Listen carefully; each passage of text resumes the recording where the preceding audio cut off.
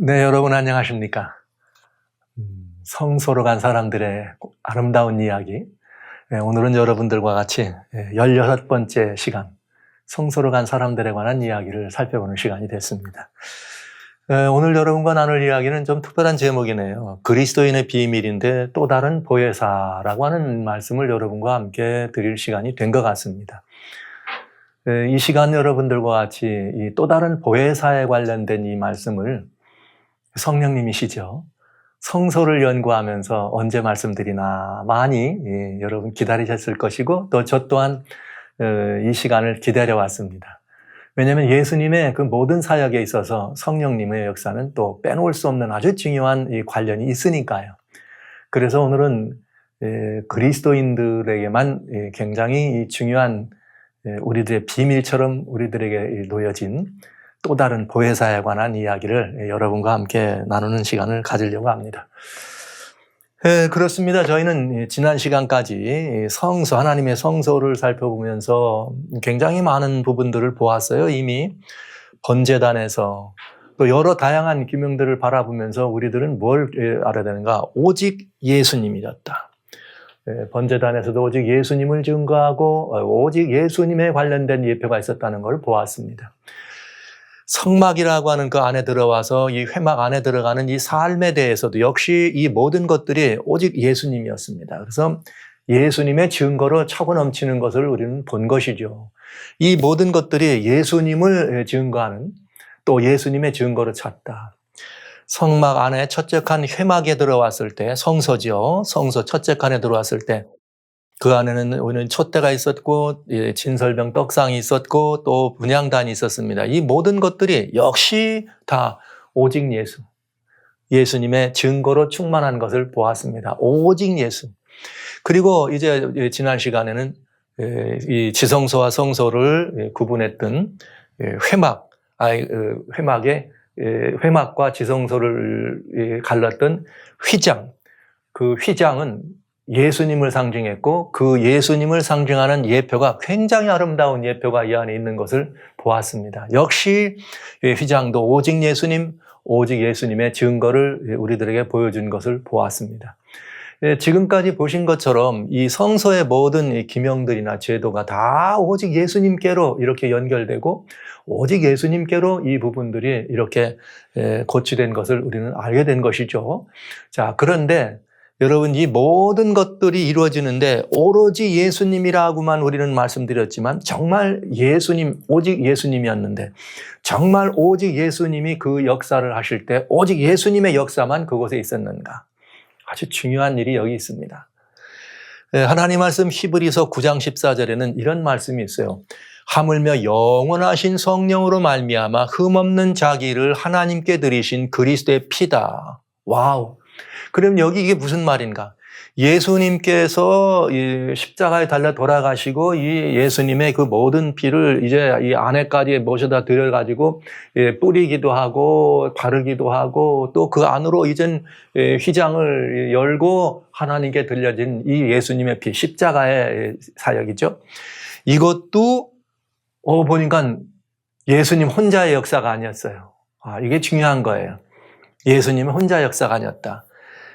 영원하신 성령으로 말미암아 예수님이 자신을 아버지께 드렸다 이렇게 되어 있습니다. 그러면 예수님의 십자가 사역, 예수님께서 자신의 피로 아버지께 드리는 그 모든 사역도 그 모든 것을 누구의 주관 아래? 성령님을 통해서 또 성령님의 주관 아래 이루어진 것을 알 수 있다는 것이죠. 그러니까 이게 굉장히 중요한 이치네요. 모든 성소의 기명들이나 성소의 제도들이 다 예수님을 증거하고 오로지 예수님밖에는 답이 없다는 걸 우리에게 보여주십니다. 그러나 그렇게 예수님이 드러나고 그렇게 예수님을 증거하지만 그 모든 사역들 속에는 무엇이 포함되어 있다? 성령님의 역사가 거기 이렇게 내재되어 있다고 하는 사실입니다. 그래서 이건 아주 중요한 일이죠. 여기 하나님의 어린 양, 예수님이 피로 드렸을 땐 하나님의 어린 양으로 오셔서 십자가에서 돌아가시고 물두멍에서 또 다시 부활의 역사를 경험하게 하고 거듭나고 하늘에 속한 삶, 그 다음에 성막 안에 회막 안에 살면서 거기에 촛대나 진설병 떡이나 금양단이나 휘장 이 모든 것들이 다 뭐와 관련이 있는가? 성령님의 역사 안에서 이루어졌다는 것을 알 수 있는 것이죠. 왜? 흠없는 자기를 하나님께 드린 그리스도의 피라고 하는 말은 그 속에는 이게 다 들었죠. 어린 양이요, 번제단이요, 물두멍이요, 이 안에까지, 금양단에까지 이걸 바랐으니까 이것이 다 누구 안에서 이루어진 일이다? 성령님의 역사 안에서 이루어진 일이다. 이러면 이제 우리는 따져봐야 돼요. 예수님과 성령님이 어떻게 이 놀라운 우리들을 구속하고 구원하는 사역에 있어서 함께 하셨는가 하는 일입니다. 보시죠. 하나님의 어린 양으로 오신 예수님 때부터 마태복음 1장 18절에 예수님은 예수님의 나심은 이러하니라 하면서 무엇으로 잉태하셨다? 성령으로 잉태하셨다. 예수님이 이 땅에 처음 오실 때 한 몸을 예비하고 마리아의 몸으로 의자에 오실 때도 예수님은 어떻게 하셨는가? 성령으로 잉태하셨다. 이렇게 돼 있어요. 그 다음에 예수님께서 이 침례를 받으시죠. 침례를 받는 사건 30이 되었을 때 마태복음 3장 16절에는 예수께서 세례를 받으시고 물에서 올라올 때에 하늘이 열리고 하나님의 성령이 비둘기같이 그에게 임하더라. 그러니까 예수님의 생애는 태어날 때 탄생을 위해서 말하자면 우리 잉태될 때도 성령으로 잉태하시고 그렇게 해서 이제 성령 충만한 이 마리아의 이런 그 보암으로 이 땅에 태어나시게 되면서 예수님이 이제 공생의 시작을 알리는 침례를 통해서 침례를 받을 때 여기 세례죠. 다 세례나 침례나 같은 의미다 하는 말씀 여러분이 하시고요. 하나님의 성령이 임하시면서 그 공생의 시작을 알리는 기름 부음을 알게 됩니다. 그래서 그렇게 된 것을 보고 침례 요한은 어떤 날이었느냐? 이튿날 요한이 예수께서 자기에게 나오심을 보고 보라 세상 죄를 지고 가는 하나님의 어린 양이로다. 이렇게 예수 그리스도를 하나님의 어린 양이다. 그러면 어린 양이다 그러면 이게 이제 어디로 가야 돼요? 우리는 성소 문제와 이제 직결되는 문제가 되는 거죠. 왜? 죄사와 관련돼 있으니까. 예수님을 하나님의 어린 양으로 성령 충만한 요한이 그렇게 말합니다. 왜냐? 자기가 침례를 줄 때 성령이 비둘기처럼 내려오는 걸 봤다 그랬거든요. 그것을 보고 하나님의 어린 양이로구나 이렇게 보게 된 것입니다. 그런가 하면은 마태복음 4장 1절에는 예수님께서 이 광야에서 40일 금식하실 때가 있죠. 그때도 사단에게 마귀에게 이렇게 시험을 받으러 가실 때도 성령에게 이끌려 가셨다. 예수님의 생애예요. 그런가 하면 예수님께서 이 땅에 다양한 역사를 이루실 때 많은 역사가 있지만 여기 마태복음 12장 28절에 그러나 내가 하나님의 성령을 힘입어 귀신을 내어 쫓아내는 것이 아니면 하나님 나라가 임에 넘어있느니라. 그러니까 예수님의 공생애 동안 주님이 이루신 여러 가지 다양한 사역도 역시 무엇으로? 성령님과 더불어서 성령의 일을 힘입었단 말은 성령님과 더불어서 이 일을 이루셨다. 그러니까 예수님의 모든 생애부터 시작해서 예수님의 탄생부터 그 공생애까지 그리고 영원하신 성령으로 자기의 피를 아버지께 드렸다. 십자가 사건이죠. 그것까지 성령님과 함께 동역하시고 성령님의 여기 말한 것처럼 은혜를 성령님의 권능을 힘입어서 이런 일을 이루신 예수님의 역사를 우리는 보게 된다는 거죠. 그래서 성령님은 매우 중요한 예수님과의 관계를 우리에게 보여줍니다. 그런 성령님이기 때문에 예수님께서 뭐라고 말씀하셨느냐? 요한복음 14장 16절 17절에는 내가 아버지께 구하겠으니 그가 또 다른 보혜사를 너에게 주시겠다. 그러면 여러분 성령이 또 다른 보혜사란 말은 그럼 여기도 한 보혜사가 있는 거죠. 그럼 예수님은 자신을 보혜사다. 성령님은 누구다? 또 다른 보혜사다. 이렇게 말씀하신 걸 알 수가 있어요. 우리를 보혜사다. 그러면서 이 성령이 영원토록 너희와 함께 있게 하시는데 이는 진리의 영이면서 세상은 능히 저를 받지 못하나 이는 저를 보지도 못하고 알지도 못한다. 그러나 너희는 안다. 왜냐? 너희와 함께 거하시며 너희 속에 계시겠습니다. 이렇게 말씀하셨네요. 그런데 여러분 여기 중요한 말이 하나 더 있어요.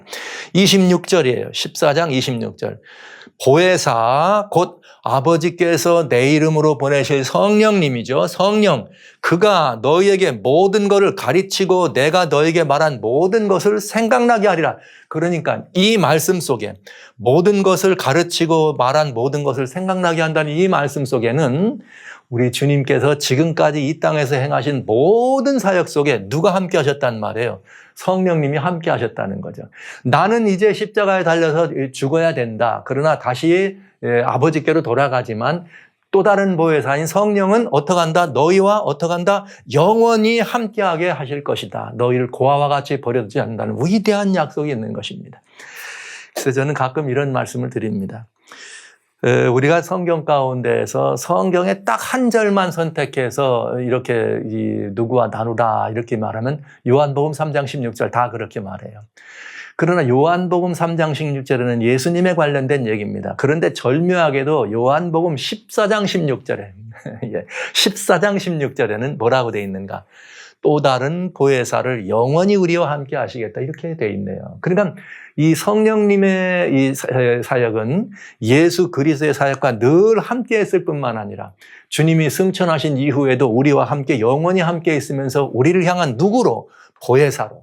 예수님이 보혜사였다면 성령님은 또 다른 누구로? 보혜사로 우리와 함께 하시는 매우 중요한 그런 성령 하나님과 예수 그리스도의 이 사역의 동역의 이런 모든 모습들을 우리는 성경을 통해서 볼 수 있는 것이죠. 자, 그런데 저는 이런 질문을 한번 해야 됩니다. 여러분은 어떠세요? 여기 성령님이 뭐라 하겠는가 하면 그러나 너희는 저를 아나니 저는 너희와 함께 거하시며 너희 속에 계시겠습니다. 이렇게 여러분들에게 제가 질문해야 합니다. 여러분은 성령의 역사를 알고 경험하는가 하는 것입니다.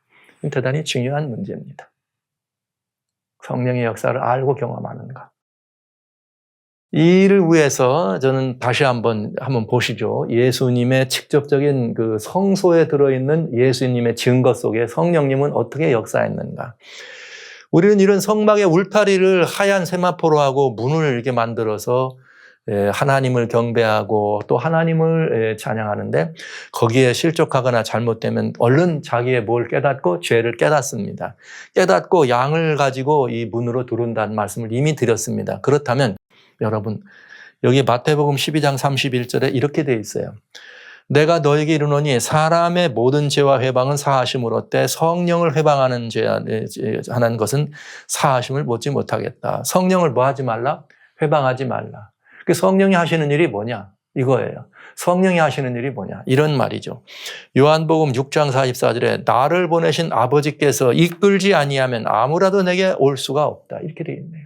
그러니까 우리는 예수님께 이렇게 나가는데 예수께 나가는데 아버지가 우리를 이끌었다 그랬어요. 그럼 누구를 통해서? 성령님을 통해서. 우리의 뭘 깨닫게 하고 죄를 깨닫게 하고 우리의 부족을 깨닫게 하고 성령이 우리를 깨우쳐줘서 우리로 하여금 뭘 느끼게 해요? 예수께로 나가야 되지 않겠느냐. 죄사함이 필요하지 않겠느냐. 여기로 가면 용서가 있다. 이런 사실들을 우리 심령 속에 깨우쳐 주시는 분. 만민에게 역사하시는 하나님. 여러분 말이죠. 이렇게 주님께서 우리 주님은 이렇게 그 성령을 우리들에게 만민에게 우리들에게 부어주시는 성령님으로 역사하셨었어요. 그것처럼 성령의 역사가 있어서 하나님께서 우리를 예수께로 끌어다 주지 않으면 아무래도 나올 자가 없다. 그러니까 여러분이 지금 저와 함께 이 말씀에 참여하는 이것도 성령께서 여러분을 이끄셨기 때문에 가능한 일입니다. 이것을 우리는 아버지가 이끌으셨다고 할 수도 있고 이렇게 말을 해서 우리를 누구에게로? 예수님께로 우리를 인도한다면 이것은 여기 틀림없이 성령께서 우리를 이끄는 역사의 주인공임을 알 수가 있죠. 그래서 우리를 어떻게 회방하지 않고 거역하지 않고 순종하면 어디로 들어가요? 문으로 들어가는 것이죠. 믿음으로 주님을 따라 들어가도록 하는 것입니다. 그런가 하면 그 안에 들어가면 누가 있느냐? 번제단이 있죠. 번제단에서는 여러분 아까 보셨던 것처럼 보시죠. 십자가를 의미한다 그랬어요. 영원하신 성령으로 말미암아 흠없는 자기를 하나님께 드리셨던 그리스도의 피다. 번제단의 십자가에서 예수님이 달려 돌아가시는 것도 누구 안에서 이루어졌어요? 성령님 안에서 이루어졌다. 굉장히 중요한 일이에요. 성령님 안에서. 물두멍을 보실까요? 물두멍에서도 뭐라고 말했는가? 우리는 이 물두멍의 이야기를 할 때 이것은 이 거듭남을 의미하고 침례를 의미한다 이런 말씀을 드렸어요. 베드로가 가로되 너희가 회개하여 각각 예수 그리스도의 이름으로 세례를 받고 죄 사함을 얻으라. 그리하면 뭘 선물로 받는다? 성령을 선물로 받는다. 물두멍에서도 역시 어떤 의미가 있어요? 예수님과 함께 죽고 침례를 통하여 죽고 예수의 부활하심 같이 우리도 부활에 참여하는 것이 어디에? 물두멍에. 그러면 거기에는 전부가 다 뭘 받는 거예요? 성령의 은혜를 경험하는 것도 역시 물두멍이었다. 거듭남을 의미한 성령의 새롭게 하심을 경험하는 것이 물두멍이었다. 이거 굉장히 중요한 거죠. 그러니까 우리 예수님의 죽으심과 합하여 죽고 예수의 부활과 합하여 부활하는 것만 있는 것이 아니라 그때 그것은 뭘 의미하느냐? 성령의 새롭게 하심으로 거듭남을 의미한다. 이런 말씀을 드린 것입니다. 놀라운 일입니다. 그렇게 해서 우리는 성막 안에 들어갔죠. 회막이죠. 첫째 칸. 가면 금촛대가 있다 그랬어요. 금촛대는 여러분 촛대가 불을 내려면 뭐가 있어야 돼요? 기름이 있어야죠. 그래서 출애굽 27장 20절에 또는 이스라엘 자손에게 명하여 감나무로 올리브예요. 감나무로 찧어낸 순결한 기름을 등불을 위하여 내게로 가져오게 하고 끊지 말고 등불을 켜라. 그러니까 등불을 켜려면 뭐가 필요해요? 감람 기름이 필요하다 이거예요. 그럼 이 감람 기름이 뭘 의미하느냐? 성경은 답이 있어요. 보시죠. 스가랴서 4장 2절로 4절에 스가랴 선지자가 계시를 봤더니 뭐가 보였느냐? 이걸 봤어요. 내가 보니 순금 등대가 있는데 뭘 본 거예요? 성소에 이런 이 촛대를 본 거죠. 등대가 있는데 그 꼭대기에 주발이 있더라. 그리고 등대는 7 등잔이 있더라. 이렇게 됐네요. 와우. 꼭대기엔 주발이 있고 등잔이 7개 있다. 그래서 등대 꼭대기 등잔에는 7개의 관이 있는데 즉 말하자면 등잔에다 관이 있는데 이 관이 뭐냐? 등대 곁에 2 감람나무가 있더라.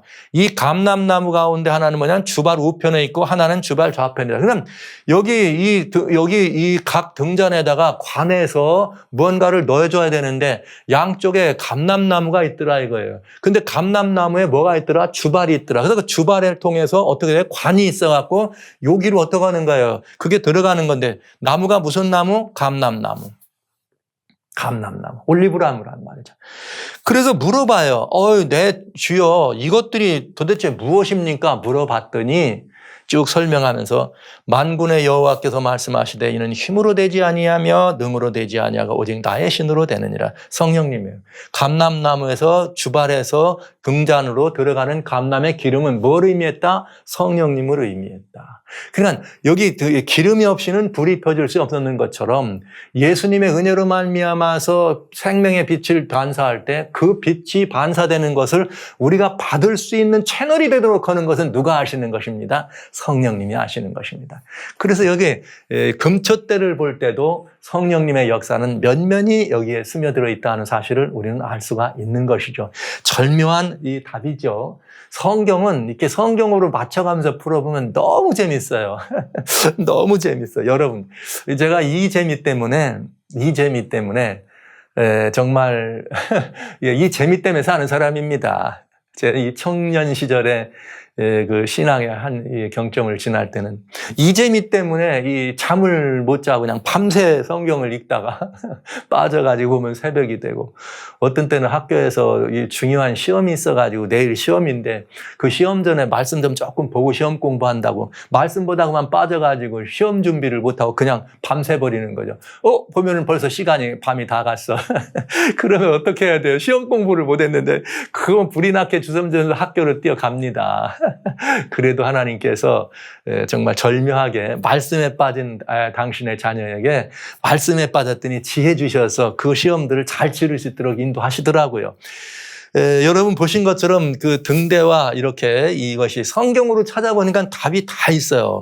감람나무가 있는데 거기에 주발이 있었다. 그 주발에서 이 등잔으로 뭐가 들어가야 돼요? 기름이 들어가야 된다. 그런데 그 기름이 들어가는데 이게 뭘 의미하느냐? 감람나무는 성령님을 의미했다. 성경 이게 아주 나의 신으로 딱 나오잖아요. 그랬더니 이것을 예표하느라고 모세는 출애굽 27장에 뭐라 그랬어요? 순결한 감람을 찧어서 그것으로 등잔에 기름을 삼아라. 이 절묘한 만남과 매칭입니다. 하나님의 구속의 역사는 말씀을 자세히 살펴보면 하나도 놓칠 게 없어요. 자, 그럼 이번에는 진설병대에 있는 12덩어리 떡입니다. 이 떡을 보면 또 굉장히 아름답습니다. 보시죠. 이 떡을 만드는 거의 규례에 대해서 이 레위기 24장에 한 번 등장하는데 이렇게 나와. 너는 고운 가루를 취하여 떡 12를 구워라. 그런 다음에 매 덩이를 에바 10분의 1로 하고 여호와 앞 순결한 상우에 2줄로 한 줄에 6씩 진설하라. 그런데 진설한 거기에 또 정결한 유향을 매 주루에 둬라. 여기 유향을 주루에 두는 거예요. 그런데 이렇게 떡을 드리거나 일반 고운 가루를 통해서 드리는 제사를 피 흘림이 없이 드리는 모든 제사를 이 떡도 물론 포함이죠. 소제라 그랬어요. 그런데 성경에 보면 모든 소제에는 뭐가 있나 보시죠. 여기 레위기에 누구든지 소제 예물을 여호와께 드리려거든 고운 가루로 그죠? 고운 가루로 예물 삼고 그 위에 기름을 붓고 또 그 위에 유향을 넣어. 그러니까 여기에 분명히 뭐가 발려진 걸 알 수 있어요? 기름이 발려진 걸 알 수 있어요. 그래서 화덕에 두은 것으로 소제 예물을 드리라. 근데 소제 예물을 드리려거든 고운 가루에 반드시 뭘 섞어 드리라? 기름을 덮어 만든 무교병이다. 그러니까 모든 이런 그 소제를 드릴 때는 항상 기름이 거기에 포함된다고 하는 것입니다. 기름은 아까 뭘 의미한다? 굉장히 중요한 성령님으로 의미한다. 그러니까 이거 12덩어리 떡 위에도 성령님의 역사가 있다는 말은 어떤 말이냐? 여기 이 성경에 이런 표현이 있죠. 고린도전서에 보면은 고린도전서에 우리들에게 굉장히 아름다운 이 말씀이 있는 것을 볼 수 있어요. 여기에 특별히 우리들이 뭘 여기서 볼 수 있느냐면은 고린도전서 2장에 보면 13절 우리가 이것을 말하거니와 고린도전서 2장 13절 우리가 이것을 말하거니와 사람의 지혜를 가르친 말로 않고 오직 성령이 가르친 것으로 하는데 신령한 일은 신령한 것으로 구분하느니라 이렇게 돼 있어요. 그러니까 하나님의 말씀도 성령의 감동과 감화가 있을 때 바로 깨닫는 거죠. 여러분 경험 많이 하시죠? 주님의 말씀을 이렇게 읽을 때 몸이 건조하게 그렇게 읽는 사람들이 있는가 하면 정말 성령의 은혜를 구하면서 성령의 깨우치심을 구하며 말씀을 사모할 때 그때는 이 말씀을 읽을 때 그냥 말씀이 그냥 확 살아가지고 다가오는 것을 보시지 않습니까? 그래서 진설병떡이라고 하는 것에도 역시 뭐가 거기에 들어있다? 예수님의 말씀으로 의미한 살리는 것은 영이니 육은 무익하니라. 이렇게 말씀의 떡을 의미했지만 거기에도 항상 뭐가 인쳐져야 기름이 포함되어야지만 우리는 깨달음도 있고 우리가 그것들을 우리가 소화하는데 아주 중요한 역할을 한다. 이렇게 돼 있네요. 그런데 여기 보세요. 피와 관유로 구분된 제사장으로 구분할 때 성경은 뭐라고 말하는가 하면 제사장을 구분할 때는 피로 여기에 수소와 양들을 피해서 양을 잡은 다음에 피를 취해서 아론의 귓불이 엄지손가락, 엄지발가락에 뿌립니다. 피로 구분하는 거예요. 그런데 그렇게만 하느냐? 아니다. 단 위에 피와 관유를 취하여 아론과 그 옷과 아들들을 그 아들들의 옷에 뿌리라. 기름을 취해서 그 옷을 또 뿌리라. 그럼 이 관유는 뭘 말하느냐? 모략과 육개와 창포와 계피와 이렇게만 여기 모략을 500세개 여기 250 계피가 500 이렇게 섞어요. 섞으면서 거기에 감람유를 한 hin을 써요. 그러니까 감람 기름이 들어가야지만 이 모든 향들이 포함돼서 뭐가 되는 거예요? 관유가 되는 거 아주 거룩하게. 이 기름은 아무도 이런 방법으로 만들면 안 됐습니다. 이게 굉장히 중요한 것이에요. 왜 그럴까요? 여기에 나와 있는 이 감람유는 뭘 의미한다? 성령님으로 의미한다. 그래서 제사장을 구분할 때도 뭘 보여요? 관유를 머리에 붓습니다. 머리에 붓는 이게 다 뭐예요? 성령의 기름 부음을 우리는 의미하는 것을 잘 알 수가 있죠. 그래서 성소 안에 있는 모든 기명들 뿐만 아니라 성소에서 섬기는 제사장까지라도 성령으로 이렇게 어떻게 되지 않냐면 성령의 기름으로 발려지고 인치지 아니하면 이 모든 사역에는 의미가 없어진다. 고로 지금까지 봤던 우리들이 이 안에 있었던 모든 역사는 다 오로지 뭐의 역사가 함께 있다? 성령님의 주권, 성령님의 주관하심이 그 안에 같이 포함되면서 예수 그리스도를 상징하는 모든 증거들이 이루어진 것을 알 수가 있습니다. 그래서 하물며 영원하신 성령으로 말미암아 흠없는 자기를 하나님께 드리신 그리스도의 피다 하는 이 말씀은 바로 문에서부터 시작해서 번제단에서 물두멍에서 회막의 첫째 칸이죠. 성막의 첫째 칸 성소에서 이루어진 촛대나 떡상이나 금양단이나 이 모든 것들, 그 모든 것들을 지나서 휘장으로 난 육체를 의미한 휘장 가운데 난 길을 통해서 아버지께 어떻게 해요? 드렸다. 아버지께 드려진 그리스도의 피도 다 뭐의 주권 아래 있었다? 성령님의 주권 아래 있었다 하는 것입니다. 놀라운 이야기입니다. 그러니까 그리스도 예수님을 의미하는 모든 증거들, 그리고 그 증거들이 이루어지는 모든 사역에는 반드시 뭐가 있었다? 성령님의 역사가 있었다. 성령님의 은혜와 성령님의 권능과 성령의 동역이 예수 그리스도로 하여금 이 모든 역사를 이루시도록 하는데 함께 있었다는 사실은 우리들에게 아주 중요한 것을 가르쳐 줍니다. 그게 뭘 의미하느냐 보시죠. 예수님, 그리스도 예수님의 사역은 성령님의 역사 안에서 이루어졌다 하는 이 말씀은 곧 예수님과 함께 우리가 어디 앉혀서요?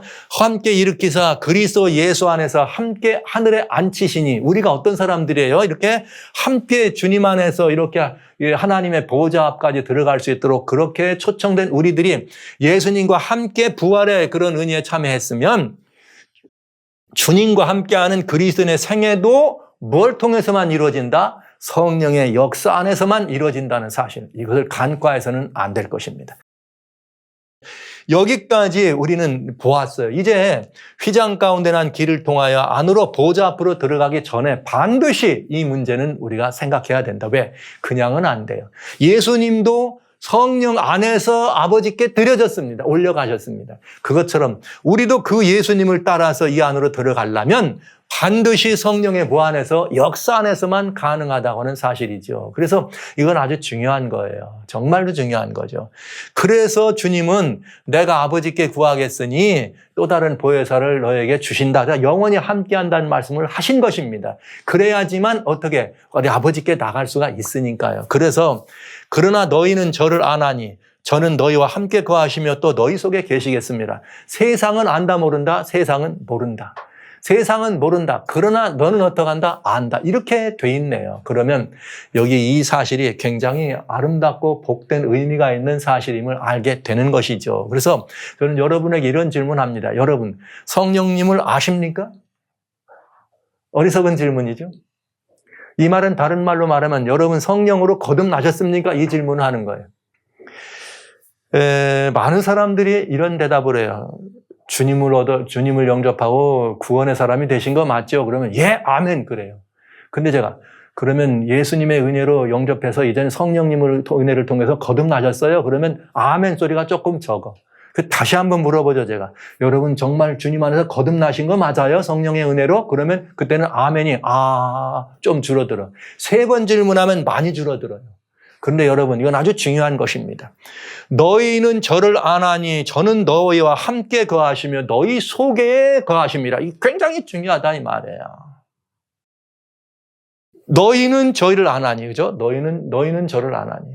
저는 그래 여러분 질문해요. 여러분은 성령님을 아시고 성령님을 개인적으로 그런 경험을 하셨느냐 이 말이에요. 그리고 또 너가 아니라 우리가 나 하나만 거듭난 것이 아니라 우리 함께 주님의 몸을 구성하게 된 우리들은 이 성령님을 어떻게 하고 있는가 한 말입니다.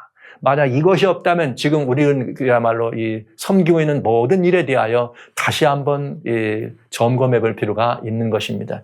여러분 성령님을 아시고 이 성령님을 날마다의 삶에서 경험하시는지 이건 아주 중요한 의미입니다. 아주 중요한 의미입니다. 이게 아주 중요한 의미예요. 우리 기독교에서는 한 시절 지금도 그런 교회들이 많이 있어요. 기독교는 그냥 방언 그래갖고 이 방언을 받아야 성령을 받은 거고 전부가 다 방언을 해야 이렇게 되는 것처럼 알고 방언 받으러 그냥 산으로 들러 다니고 소나무 많이 빼먹었잖아요. 나무 들뿌리 많이 깨물고 이런 일들을 했어요. 오늘 저는 여러분들에게 이 그리스도인의 비밀, 제가 왜 여기다 이렇게 말했는가? 여러분은 성령님을 아시는가? 세상은 알지 못해요. 세상은 알지 못해요. 그러나 우리는 알아요. 그렇기 때문에 우리 그리스도인들의 비밀입니다. 우리는 성령님을 알고 우리는 성령님을 경험하며 살아가야 됩니다. 이것이 굉장히 중요하다는 거죠. 그래서 여러분 이것이 예수님의 이 사역 현장에서 이루어졌던 그 일처럼 우리들을 통해서도 이루어져야 됨을 여러분에게 분명히 말씀을 드리는 것입니다. 자, 한번 보시죠. 그리스도인이란 이제 성령님을 경험하고 아는 이 문제에 대해서 여러분과 같이 조금 이 말씀을 드려야 되겠습니다. 그리스도인이란 누구냐? 거듭난 사람이에요. 뭘 말하느냐? 갈라디아 5장 24절로 25절에 예수 그리스도의 사람은 육체와 함께 정과 욕심을 십자가에 못 박았느니라. 우리가 예수님이 못 박으실 때 우리도 어떻게 한 거예요? 예수님 따라서 우리도 못 박혔는데 예수님 못 박힌 십자가를 성서에서는 번제단이라 그랬죠. 육체와 함께 정과 욕심을, 그러니까 이건 완전히 우리의 전 존재가 십자가에 못 박힌 거와 마찬가지인 것입니다. 그리고 끝이 아니죠. 그래 못 박았느니라. 그래서 못 박고 나면 만일 우리가 죽었으면 다시 살아야 되잖아요. 그래서 성령으로 살면, 이 말은 하나님께서 흙으로 사람을 빚으시고 코에다 생기를 주신 것처럼, 소에 생기를 주신 것처럼 우리들도 언제든 십자가에서 다 달려서 죽었으면 새로운 생명이 필요하잖아요. 그래서 성령을 우리에게 주셔서, 성령을 주셔서 우리로 하여금 어떻게 살아나게 해. 어디서 살아납니까? 물두멍에서. 이게 뭐예요? 거듭남이죠. 그런 다음에 성령으로 새 사람이 되었으면 성령으로 행할진, 이건 성령으로 살아가야 된다 이 말이에요. 그래서 어디서 살아가요? 성령이 거듭난 사람은 회막 안으로 들어가죠. 그러니까 개인적인 거듭남과 거듭난 생애를 설명해주고 있다는 거죠. 개인적으로 볼 때는 이렇게 거듭난 물두멍의 십자가에서 우리의 모든 정과 욕심을 못 박는 경험, 물두멍에서 예수님과 함께 새로 부활하는 경험, 그리고 이 성소의 첫째 간 회막으로 들어가서 그 안에서 여러 가지 이 말씀의 촛대와 말씀의 떡상과 우리 빛나는 예수님의 생명의 촛대와 분향단을 통해서 우리가 정말 빛나고 아름다운 그런 생애를 살아가는 개인적인 거듭남과 거듭난 생애를 우리는 거기서 보여주죠. 이렇게 성령으로 통해서 그렇게 살아가는, 그런가 하면 개인이에요. 그런가 하면 이렇게 돼. 고린도전서 12장 13절에 우리가 유대인이나 헬라인이나 종이나 자주자나 다 한 성령님으로 말미암아 세례를 받아 한 몸이 되었다. 이제는 한 성령, 즉 성령께서 유대인이든 헬라인이든 종이든 자주든 다 뭘 한 거예요? 거듭나게 하셨다 이 말이에요. 세례를 받아, 성령 세례를 받아서 거듭났으면 우리는 다 이제는 예수님을 머리로, 우리는 다 주님의 지체가 됐으니까 뭐라 이거예요? 한 몸이 되었다. 그런 다음에 개인적으로 거듭나는 이것만 아니라 우리가 다 한 몸이 됐으면 또 역시 한 성령을 어떻게 마시더라. 이야. 성령은 새로 태어나게 하는 탄생을 말하고 성령을 마셨다는 말은 자라나게 하는 것을 의미하는 거죠. 그러니까 우리는 함께 더불어서 자라난다 이 말이에요. 개인적으로 예수님과의 관계 안에서 거듭나고 그렇게 거듭난 형제들끼리 모여서 함께 더 큰 나를 이루고 더 큰 나, 우리라고 하는 공동체를 이루어가면서 어떻게 자라나는 거죠. 이것을 성경의 다른 표현으로 말하면 개인적으로는 열매를 맺는 것이고 우리라고 하는 교회적으로는 은사로 충만하게 된다. 이렇게 보시면 틀림이 없을 것으로 봅니다. 한번 보시죠. 개인적인 이야기의 열매. 거듭난 개인의 경험을 설명하죠. 성경은 갈라디아 5장 22, 23절에 오직 성령의 열매는 사랑과 희락과 화평과 오래 참음과 자비와 양선과 충성과 온유와 절제니 이와 같은 도를 금할 길이 없나니라. 여러분, 우리가 거듭나 예수님의 은혜로 말미암아 영접하고 성령님의 이런 이 새롭게 하심으로 우리가 새롭게 거듭나는 경험을 하면 거듭났다고 하는 증거가 뭐예요? 이런 열매를 맺더라 이거예요. 여러분, 애써서 열매를 맺는 게 아니에요. 예수님을 믿음으로 영접하고 성령이 내 안에 들어오시면 이런 열매를 맺도록 돼 있어요. 그 말은 무슨 말이에요? 성령을 어떻게 뭔가 해가지고 내가, 여러분 이게 안 하는 게 사랑과 희락과 화평, 오래 참음, 자비, 양선, 충성, 원의와 절제. 이거는 완벽한 인생이죠. 완벽한 정말 예수님 같은 생애, 장성한 분량. 이것을 이루어지는데 이거는 여기 뭐라고 나왔어요? 성령의 열매라고 안 나왔습니까? 여러분, 열매가 내가 애써서 나무가 애쓴다고 이런 열매를 맺는 게 아니라 이 말이죠. 열매를 맺는 것은 어떻게 하는 거냐? 비결이 돼 있어요. 열매를 맺는 법은 예수님이 말씀하시기를 요한복음 15장 5절에 나는 포도나무여 너희는 가지다. 그러니까 저간의 안에 내가 저 안에 있으면 이 사람은 과실을 많이 맺나니 나를 떠나서는 너희가 아무것도 할 수 없습니다. 여기 열매 맺는 비결이 있네요. 성령의 열매를 잘 맺으려면 우리는 누구와 연결돼야 돼? 예수님께 연결돼 있어야 돼. 이 예수님께 연결되는 이 은혜가 성령님의 은혜로 이것이 더 가능한 것이죠. 그러면서 예수님께 연결이 되어 있으면 뭘 맺어요? 이런 열매를 맺는다 이 말이죠. 그러니까 여러분, 많은 분들이 소위 이게 말한 품성의 열매 아닙니까? 품성의 열매를 맺으려고 별걸 다 해요. 우리가 노력하고 애써서 품성이 열매 맺고 품성이 변화되는 게 아니고, 이제 드디어 말씀드립니다. 예수 그리스도께 나를 늘 온전히 매달리고 예수님과 나를 늘 접붙인 과제가 돼서 예수님께 붙어 있으면 열매는 자동이다 이 말이에요.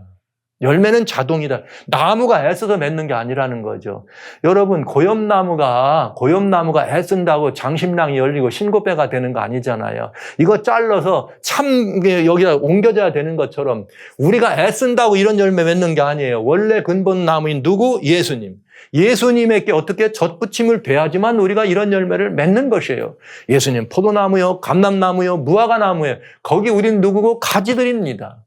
그렇게 젖붙임을 베는 것, 즉 예수님께로만 나가는 것만이, 예수님께 더 간절하게 매달리는 것이 우리가 할 일이지, 우리가 뭐 변화되기 위해서 품성에 뭘 위해서 어디 뭘 하고 드리고 뭐 하고 여러분 뭐 잿물로 씻는다고 바꿔되는 거 아니다 이거죠. 완전히 종이 바뀌어야 열매가 달라지는 것이에요. 그러니까 품성의 열매는 품종이 바뀌어야 맺는 거다. 품종이 고염나무 뵈면은 절대로 고염만 맺히지, 아무리 애써도 고염이 열리지, 애쓴다고 장심낭 신고배가 안 열린다 이 말이에요. 그러니까 여러분, 우리는 이 좋은 나무가 돼야 되잖아요. 좋은 나무가 좋은 열매를 맺습니다. 그러니까 좋은 나무가 되려면 예수님께 젖붙임이 돼야지만 좋은 나무가 되는 거예요. 절대로 예수님께 젖붙이지 않고는 이건 나쁜 나무이기 때문에 좋은 열매를 맺을 수가 없다는 거죠. 아무리 애를 써도. 명심해 주시기 바랍니다. 그래서 사람들이 그냥 막 이거 또 어떤 분은 성령 이거 한다고 그냥 막 성령 받는다고 가가지고 성령 받기를 원해서 막 이렇게, 여러분 성령을 받기를 원해서 어떻게 하면 됩니까? 어떤 분들은 가서 금식하고 산기도 가서 20일, 40일까지 금식하고 성령 받아지나요? 또 어떤 이들은 뭐 별일을 다 하죠. 그럼 성령 받아지나요? 뭐 주님이 필요하시면 하실 수 있죠. 근데 여러분, 성령을 받는 그런 비결은 인간의 노력이나 애씀으로 받는 게 아니고요. 너무나 단순한 이치예요. 사도행전 5장 32절 이렇게 돼 있네요. 우리는 이 일의 증인이요. 하나님이 자기를 순종하는 사람들에게 주신 성령도 증인이라 이 말이죠. 그러면 누가 성령을 충만하게 받습니까? 누가 성령을 받아요? 하나님께 순종하는 자가 성령을 받아. 여러분, 이게 대단히 중요한 이치입니다. 그러니까 성령을 받고 싶고 성령의 열매를 맺고 싶으면 예수님께 나가고 예수님이 주신 이 모든 말씀들을 대하여 순종하려고 하셔야 돼요. 내 생각, 내 계획 가지고 성경을 이해하고 읽으려고 하고 요건 마음에 드니까 예써? 그건 좀 어렵도다. 이렇게 떠난다면 우리는 하나님께 순종하는 사람들이 아니고 그것은 이 성령의 충만함을 기대할 수 없는 이야기가 되겠습니다. 그래서 여러분, 예수님께 온전히 맡기시고 주신 하나님의 계시된 모든 말씀에 순종하시기 바랍니다. 철저히 순종하면 하나님 여러분을 성령 충만하게 하시는 거죠. 쉬운 말로 이런 얘기죠. 이 그리스도인들의 제일 잘하는 거짓말이 있지요. 아주 많이 있는 중에서 제일 특별한 게 이런 거예요. 내 원수를 사랑하라. 그러면 다 어떻게 해요? 아멘 그러죠. 근데 아멘 했는데 원수 사랑 됩니까? 솔직히 말씀해 보세요. 원수 사랑 잘 돼요? 쉽지 않죠. 잘 안 돼. 근데 성경은 원수를 내 이웃을 내 몸과 같이 사랑하라. 내 원수도 사랑하고 내 원수를 기도하라. 뭐 어떤 이들은 뭐 간증할 때 그래서 막 그루에 기도했더니 뭐가 되더라. 훌륭한 분들 많이 있어요. 그러나 전 양심적으로 여러분에게 진짜 원수가 그렇게 사랑이 되고 원수의 기도 돼야 안 돼요. 안 된다고 말씀하시면 훨씬 더 사람 냄새가 나는 것 같죠. 그런데 그러면 여기 뭐라 그랬어요? 자기를 순종하는 사람에게 성령을 주신다 했는데 안 되면 내가 순종을 못하는 거잖아요. 그래서 우리는 뭐라 그래야 돼요? 주님, 나 주님 뜻에 순종하고 싶습니다. 저 원수 같은 저 원수덩이도 사랑해야 안 됩니까? 원수를 어떻게 하면 사랑할 수 있습니까? 이게 이렇게 하나님께 나가야지. 그런데 나는 뭘 위해서 순종하고 싶습니다. 그 순종하려고 애쓰면 하나님 이런 말씀하세요. 아까 우리 기름 말씀드릴 때 스가랴서 읽었죠. 스가랴 4장 여기에 주님 말씀하실 때 이렇게 말씀하셨네. 이는 능으로도 아니야. 이건 이 힘으로도 안 돼. 오로지 나의 신으로만 가능해. 그러니까 네가 애쓴다고 원수사랑 되냐? 아니다. 네 마음 그렇게 먹는다고 원수사랑 되는 거 아니야. 오직 뭐로만 가능해? 성령으로만 가능하다. 그때 주여 주님 뜻대로 살기를 원합니다. 제게 이 성령으로 충만케 해주셔서 나로 하여금 이 원수도 사랑할 수 있게 해주세요. 그때 하나님은 약속대로 자기를 순종하는 자에게 준 성령이라 그랬으니까 약속대로 우리들에게 성령을 무제한적으로 주실 것으로 믿습니다.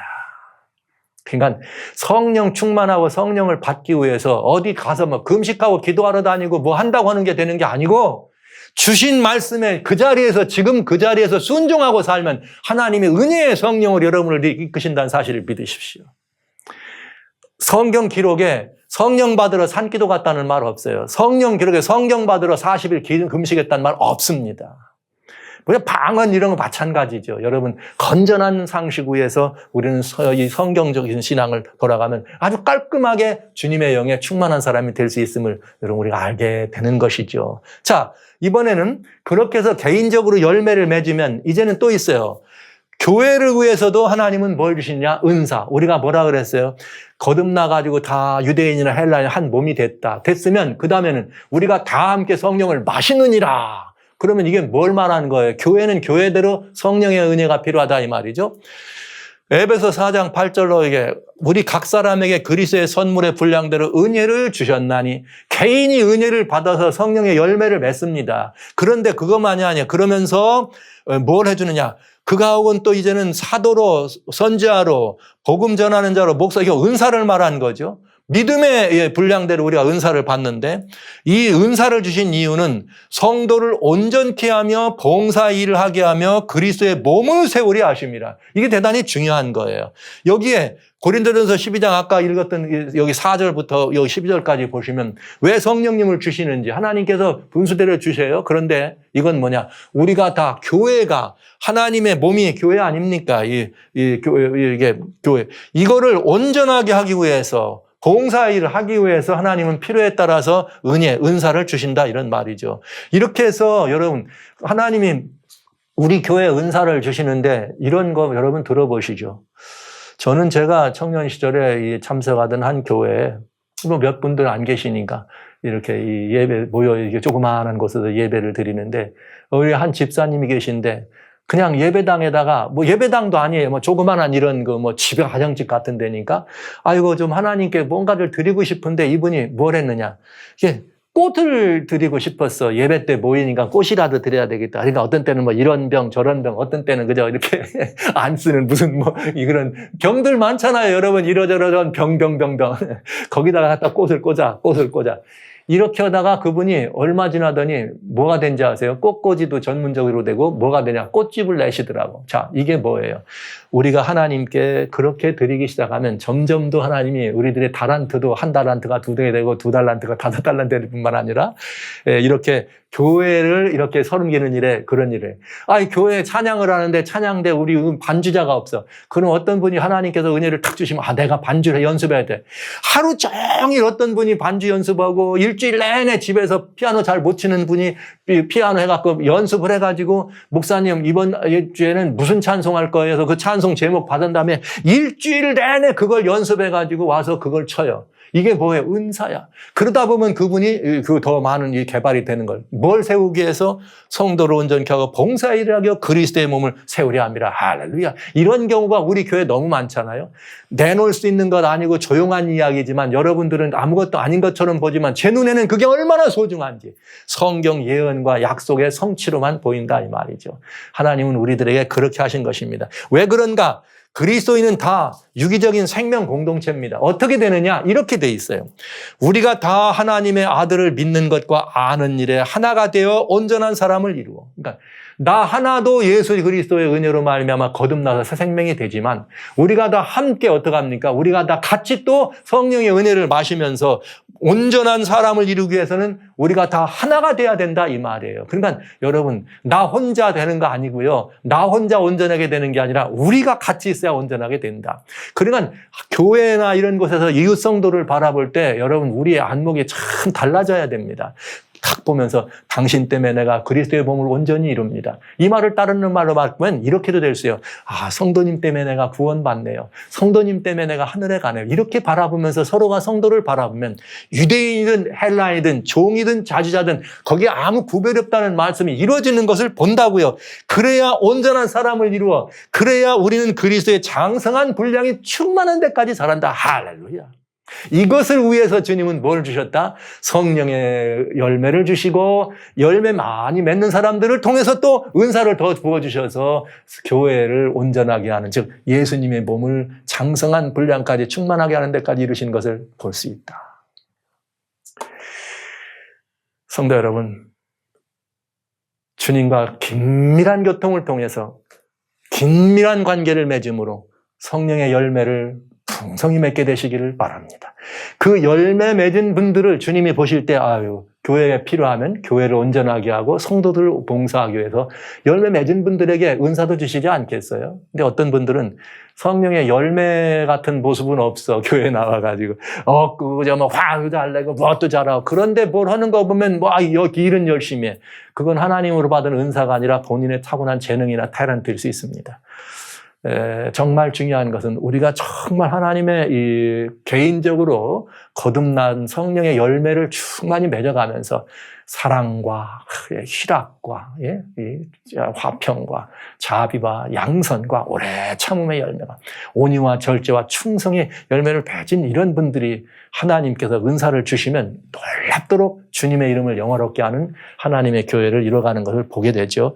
그리스도인은 유기적 생명 공동체예요. 그러니까 다시 말씀드려요. 성도님이 계시기 때문에 저도 있는 것이고 제가 있기 때문에 성도님이, 우리가 다 함께 하나 돼서 장성한 분량에 따라서 영원한 이 하나님의 역사를 이루게 되겠습니다. 누구의 역사 안에서? 성령님의 은혜 아래서. 자, 이것이 우리가 지금 이 성서를 통해서 이루어졌던 그 다양한 사역들, 이 모든 사역들의 이런 이 모든 사역들의 예수 그리스도의 은혜와 성령님의 은혜가 합동되어서 여기까지 왔다는 사실에 대한 증거입니다. 자, 이렇게 돼서 증거된 이것들은 이제 왜 그러냐? 제가 이 말씀을 드린 이유는 이제 우리는 이렇게 번제단에서 그렇게 되고 물두멍에서 거듭나고 성막의 첫째 칸으로 들어와서 회막에서 주님과 이런 아름다운 교제, 말씀의 교제, 기도의 교제, 또 하나 세상을 향한 이 빛의 교제를 하는 것으로 있는 게 아니에요. 주님이 휘장이었는데 휘장이 어떻게 됐어요? 갈라지면서 이제는 어떻게 하는 거예요? 우리도 들어오라고 하시는 거죠. 우리는 이제는 뭐 해야 되느냐? 여기서 머무는 게 우리의 이 마지막이 아니고 지성소, 휘장 안으로 들어가야 됩니다. 지성소로 들어가도록 하기 위해서 휘장은 곧 육체인데 그 육체가 어떻게 된 거예요? 갈라진 거예요. 우리들로 하여금 뭐 하라고? 들어오라고. 이야. 현대인의 성경으로 이 말씀 이렇게 되어 있어요. 히브리서 10장 19절에 형제 여러분, 그러므로 우리는 예수님의 피로 떳떳하게 지성소에 들어갈 수 있게 되었습니다. 와우! 십자가 이후에 모든 그리스도인은 지성소로 갈 수가 있게 됐다 이 말이에요. 예? 그래서 20절에 왜냐? 그분은 예수님이 우리를 위해 자신의 몸인 휘장을 찢어서 새로운 생명의 길을 열어놓으셨습니다. 야, 이게 얼마나 멋진 일입니까? 이제 우리는 이 현대인의 성경에 번역된 대로 첫째 칸에 있는 사람이 아니라 뒤째 칸 지성소 안으로 들어가야 돼. 거기 뭐가 있어요? 보좌를 상징하는 보좌 앞으로 나가야 된다 이 말이죠. 그래서 성경은 히브리서 4장 16절에 날마다 우리를 때를 따라 돕는 은혜를 받기 위하여 담대하게 하나님의 보좌로 나아갑시다. 이렇게 안 돼 있습니까? 할렐루야. 어떻게 나가자고요? 담대하게. 왜 담대하게? 예수님의 구속의 공로는 쭈삣쭈삣 예수님의 구원의 공로는 간신히 턱걸이 이런 거 아니에요. 주님의 구속의 공로는 너무나 넉넉해. 예수, 우리 구주가 나를 위해 죽으셨습니다. 난 당당하게 나갈 겁니다. 이런 당당함이 담대하다 이거죠. 그러니까 예수님 믿고 예수 안에 있는 사람이 하나님의 보좌 앞으로 나갈 때 당당하게 나가야 돼. 당당하게. 거기서 뭐 쭈삣쭈삣 이런 거 없어요. 뭐 나는 뭐 여보 난 당신 뭐 치마꼬리 잡고 나는 뭐 여보 당신 바지가랑이 잡고 이런 거 없어요. 아이고 나는 뭐 그냥 턱걸이에서 이런 거 없어요. 주님의 구속의 공로는 너무너무 크고 놀라워서 우리로 하여금 처음 아버지 앞에 나갈 때도 담대하게 나갈 수 있도록, 떳떳하게 나갈 수 있도록 아들로 돼가지고 이제는 우리도 예수님을 따라서 아들이 돼서 예수님이 여러분의 맏 오라버니예요, 맏 형님이에요. 이 예수님을 따라서 당당하게 아버지 앞에 나가서 주여 난 당신의 아들입니다. 이렇게 주장할 수 있는 것이 은혜의 보좌가 되겠습니다. 이 보좌 앞으로 들어가는 삶이 우리들 위해 예비된 삶입니다. 사랑하는 성도 여러분, 여러분 모두를 그 휘장한 주님의 보좌를 의미하는 지성소로 초청합니다. 자, 여기까지 우리를 갈 수 있도록 우리를 도우시고 우리를 이끌어 주시는 그분이 바로 또 다른 보혜사, 성령 보혜사입니다. 이제는 우리는 예수님과의 관계에서 떨어질 수 없는 긴밀한 관계를 맺은 사람들이 됐습니다. 그렇다면 이제는 그 성령 보혜사 안에서 그 관계를 더 잘 유지하고 더 능력 있는 역사를 섬기다가 어떻게 해요? 휘장한 지성소, 은혜의 보좌 앞으로 들어가야 안 되겠습니까? 그 일을 위하여 주님은 자신의 몸된 육체로 된 휘장을 가르시고 길을 열어 놓으셨습니다. 새롭고 산 길입니다. 우리 다 같이 이 지성소 안으로 함께 들어가 보도록 하시겠습니다. 성령 보혜사의 그 놀라운 이 은혜를 힘입어서 그 능력 안에서 우리가 다시 한번 이 보좌 안으로 들어가는 우리들의 삶을 살펴보도록 하겠습니다.